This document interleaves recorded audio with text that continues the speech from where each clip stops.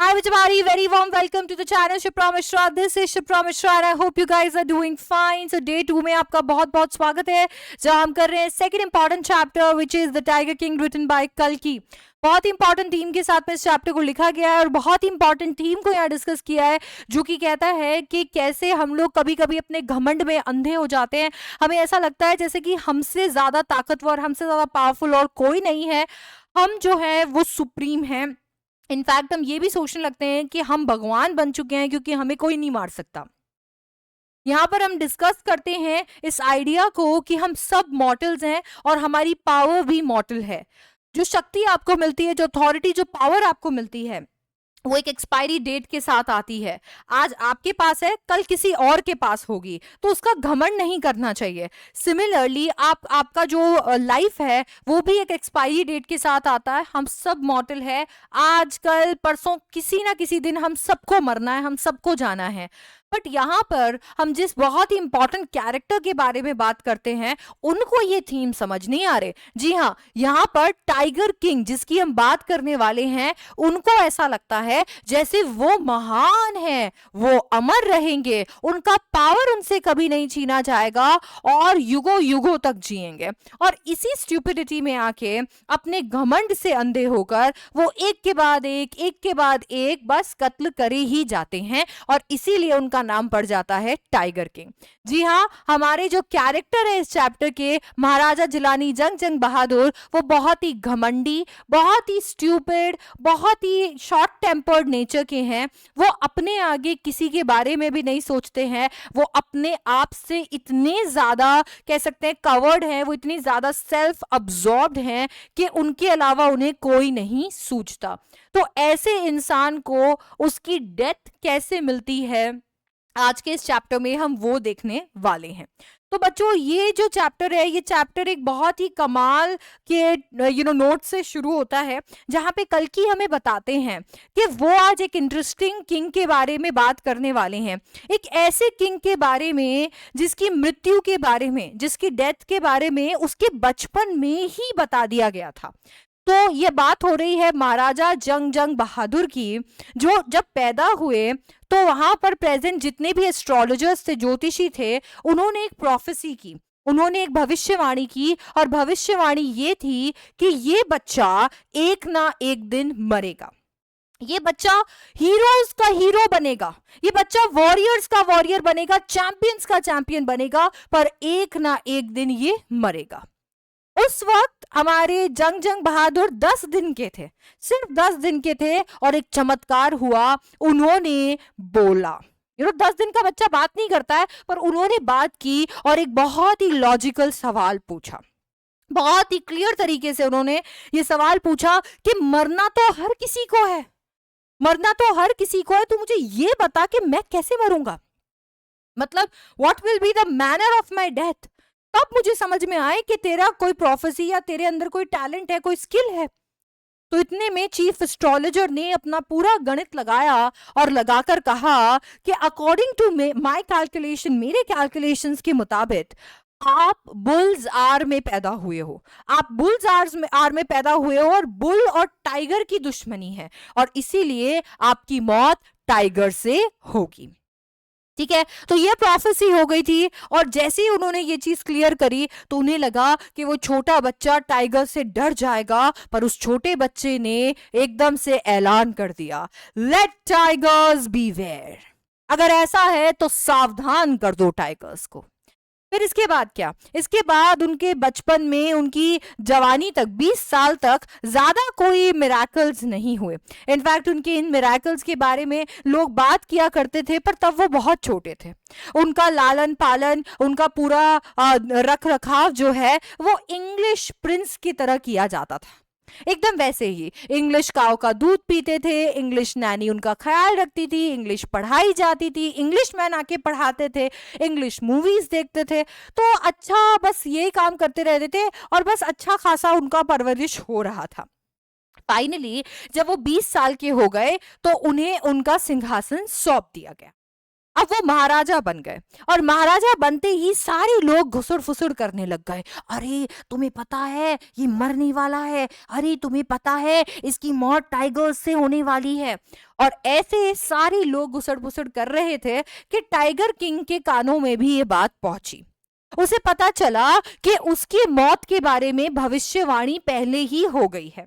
और इसी चीज को ध्यान में रखते हुए उसने अपने आप को कहा, अरे सेल्फ डिफेंस में तो काऊ को भी मार सकते हैं, तो फिर टाइगर क्या चीज है। उसने ये सोचा कि जिस सेल्फ डिफेंस के अंदर हम गाय, जिनको हम माता मानते हैं, उनको भी मार सकते हैं, तो टाइगर को क्यों नहीं। अब ये जो लॉजिक है ये टाइगर किंग ही जाने। एनीवे, तो उन्होंने ये सोच के और टाइगर को मार गिराया। अब जब उन्होंने टाइगर को मार गिराया तो उन्होंने बुलावा भेजा कि लेके आओ उस चीफ एस्ट्रोलॉजर को जो कह रहा था कि मेरी मौत टाइगर से होगी। चीफ एस्ट्रोलॉजर आया। चीफ एस्ट्रोलॉजर ने बोला मालिक, ऐसे देखते देखते आप 99 टाइगर्स मार सकते हो इसी तरीके से, और हर बार आप जीतोगे। पर 100वें टाइगर से सावधान रहना, क्योंकि ये जो 100वां टाइगर है वही आपकी मौत का कारण बनेगा। उन्होंने कहा ये 100वां टाइगर ही आपके मौत का कारण बनने वाला है। तो उन्होंने ये जैसे बताया तो अब तो महाराजा का जो कहते हैं ना अंदर से जो घमंड था वो पूरी तरीके से स्टर हो गया था। अब तो 100 टाइगर मारने ही पड़ेंगे, अब तो चीफ एस्ट्रोलॉजर को गलत साबित करना ही पड़ेगा, उन्होंने सोचा। अब जैसे उन्होंने ये सोचा तो प्रतिबंधपुरम यानी उनके राज्य के अंदर उन्होंने टाइगर हंटिंग को पूरी तरीके से बैन कर दिया। कहा अगर पत्थर भी मारा ना टाइगर को तो सारी जमीन जायदाद सब जब्त हो जाएगी। टाइगर्स के बल्ले बल्ले हो गए। बट उसके बाद में बेचारे टाइगर्स को क्या पता था कि महाराजा ने कहा मेरे सिवा।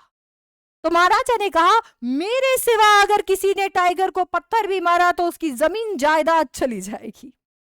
फिर क्या, बेचारे टाइगर्स, उनकी तो शामत आ गई थी। महाराजा यहाँ पे टाइगर्स को टाइगर हंटिंग पे मतलब टाइगर्स को दे धड़ाधड़ मारे जा रहे थे। अरे हर बार आसान नहीं था। एक बार तो बुलेट अपना मार्क भी मिस कर गई थी और फिर उन्हें उस बीच से हाथों से लड़ना पड़ा था, पर हर बार महाराजा जीतते थे। इस बीच में तो उनका थ्रोन भी छिनने वाला था। जी हाँ, वहां पर प्रतिबंधपुरम के राज्य में एक ब्रिटिश ऑफिशियल आना चाहता था उसके फॉरेस्ट के अंदर टाइगर हंटिंग के लिए। महाराजा ने सोचा, बोला यार इसे अलाउ कर दूंगा तो बहुत सारे लोग आ जाएंगे और टाइगर हंटिंग तो यहाँ पर अलाउड ही नहीं है। अगर ये टाइगर मारेगा तो मैं क्या करूंगा। तो महाराजा ने कहा क्या चूहे मार लो, मच्छर मार लो, आप सुअर मार लो, पर आपको टाइगर नहीं मारने देंगे। अब उन्होंने कहा, बोला ठीक है भाई, टाइगर मत मारने दो, ऐसा करो टाइगर तुम मार लो पर फोटो हमारी खिंचा दो, बस फोटो हम खींच लें, टाइगर आप आराम से मार दो, हमें कोई टेंशन नहीं है।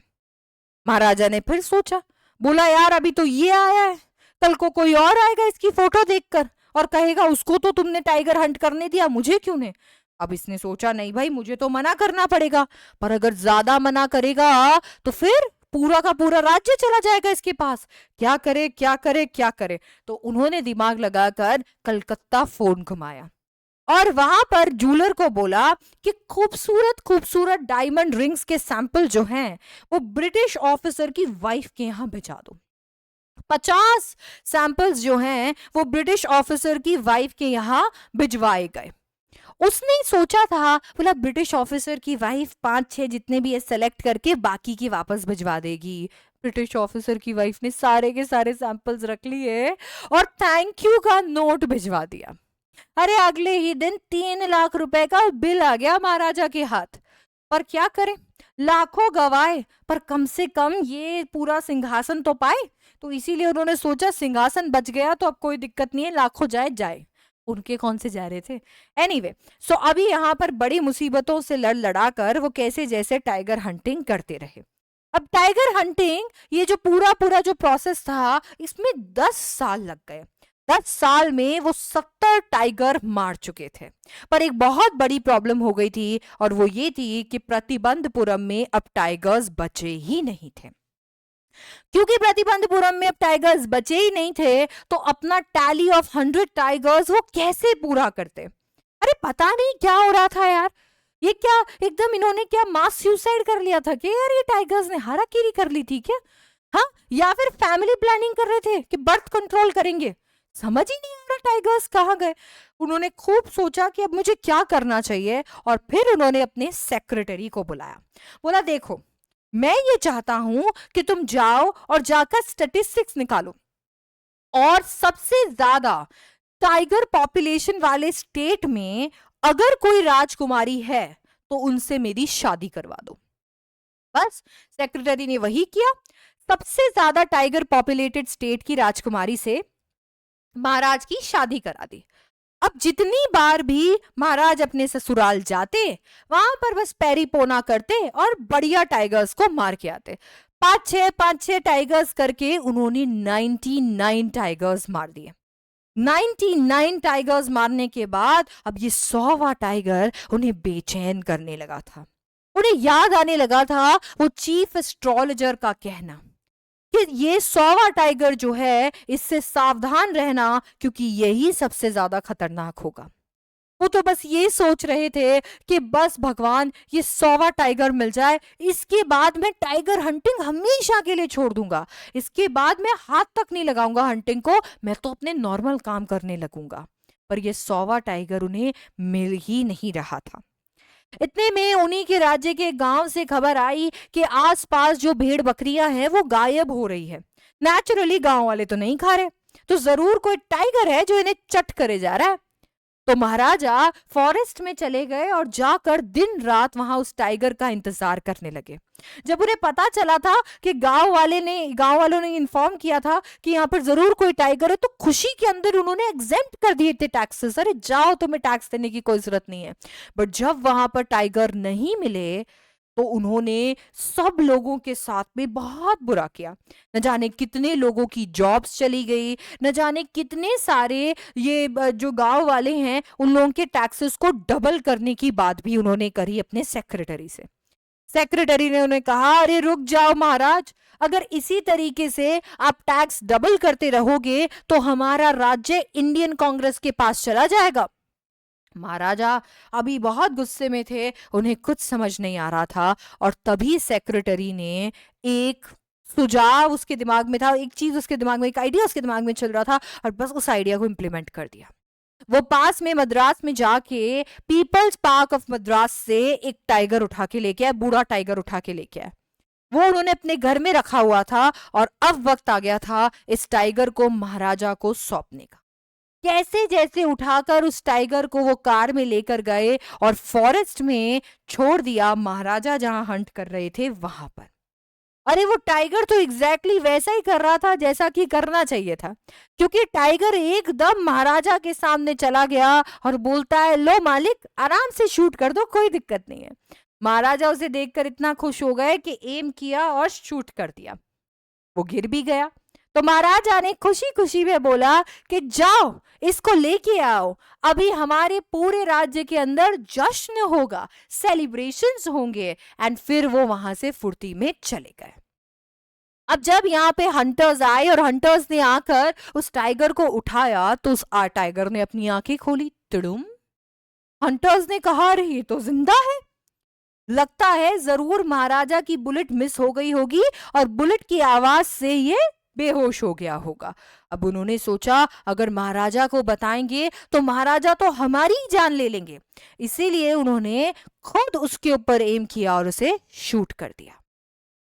फिर उस टाइगर को पूरे के पूरे शहर में, पूरे के पूरे राज्य में घुमाया गया, पूरे राज्य के अंदर सेलिब्रेशंस हुए, उसका टूम बनाया गया, और बस इसके बाद में तो महाराजा एकदम रिलीव हो गए थे। अभी तक उन्होंने अपने बच्चे पे भी ध्यान नहीं दिया था। अब उनके बच्चे का बर्थडे था, 3rd बर्थडे था। उन्होंने सोचा इसे क्या गिफ्ट दूं, क्या गिफ्ट दूं। तो ये सोच के वो शॉपिंग सेंटर गए। उन्हें कुछ अच्छा नहीं मिल रहा था कि इतने में एक टॉय शॉप पे उन्होंने एक टॉय टाइगर देखा। वो टॉय टाइगर वुड का बना हुआ था, जिसे किसी नौसीखिए कारपेंटर ने बनाया था। तो उन्होंने कहा, मुझे ये टाइगर बहुत पसंद है, ये मुझे दे दो। अब वहां पर दुकान मालिक ने सोचा, बोला यार ये तो बहुत ही सस्ता है, अगर मैंने सस्ते रुपए लगाए तो महाराजा गुस्सा करेंगे। तो उसने कहा 300 रुपए का है, सिर्फ आपके लिए 300 रुपए में दे रहा हूँ, ले लो। उसने कहा अच्छा 300 रुपए का है, कोई बात नहीं, ये तुम्हारी तरफ से प्रिंस के लिए गिफ्ट है। 1 रुपया नहीं मिला, एक आना नहीं मिला उसे और वो लेकर उसे चले गए। अब पूरे टाइम अपने प्रिंस के साथ वो उस टाइगर के साथ खेलते रहे। एक बार क्योंकि वो टाइगर इतना अच्छे से नहीं, इतना फिनिशिंग के साथ बनाया गया था, तो उनके हाथ के अंदर बांस का टुकड़ा फंस गया। उन्होंने बस उस बांस को निकाला और फिर से खेलने लगे। उन्हें कहाँ पता था कि इस टुकड़े की वजह से उनके हाथ में पस पड़ जाएगी। हालत इतनी खराब हो गई कि मद्रास से कुछ सर्जन्स को बुलाना पड़ा। उन्होंने आते ही कहा कि इनका तो ऑपरेशन होगा, और ऑपरेशन शुरू कर दिया। इसके बाद वो थिएटर से बाहर निकले और उन्होंने कहा ऑपरेशन सक्सेसफुल हो चुका है, महाराजा मर चुके हैं। सो यहाँ पे सारे लोग बहुत परेशान थे इस टाइगर किंग से, जो सिर्फ अपने बारे में सोचता था। अपने अहंकार के अंदर उसने ना अपनी फैमिली, ना अपनी प्रजा, ना बेचारे जीव जंतुओं के बारे में सोचा। उसने सिर्फ अपने बारे में सोचा। और 100वां टाइगर, जो असली नहीं था, टॉय टाइगर था, उसने अपना बदला। वो नियति जो है ना, आप उसे हरा नहीं सकते। अगर इस तरीके से उसे चैलेंज करोगे तो कभी भी नहीं। यहाँ पर उसकी नियति ऐसी थी और उसने अपनी कर्मों से वो नियति बनाई थी। उसे किसने कहा था बेचारे 100 मासूम जानवरों की जान लेने के लिए? हाँ, मुझे पता है कि बहुत सारे ऐसे जानवर होते हैं जो वाइल्ड होते हैं, इसका मतलब ये नहीं उन्हें मार दिया जाए। अरे वो कुछ कर नहीं रहे, कुछ बिगाड़ नहीं रहे ना आपका, वो अपने टेरिटरी में है। इसका मतलब ये नहीं है कि उन्हें हंट कर दिया जाए।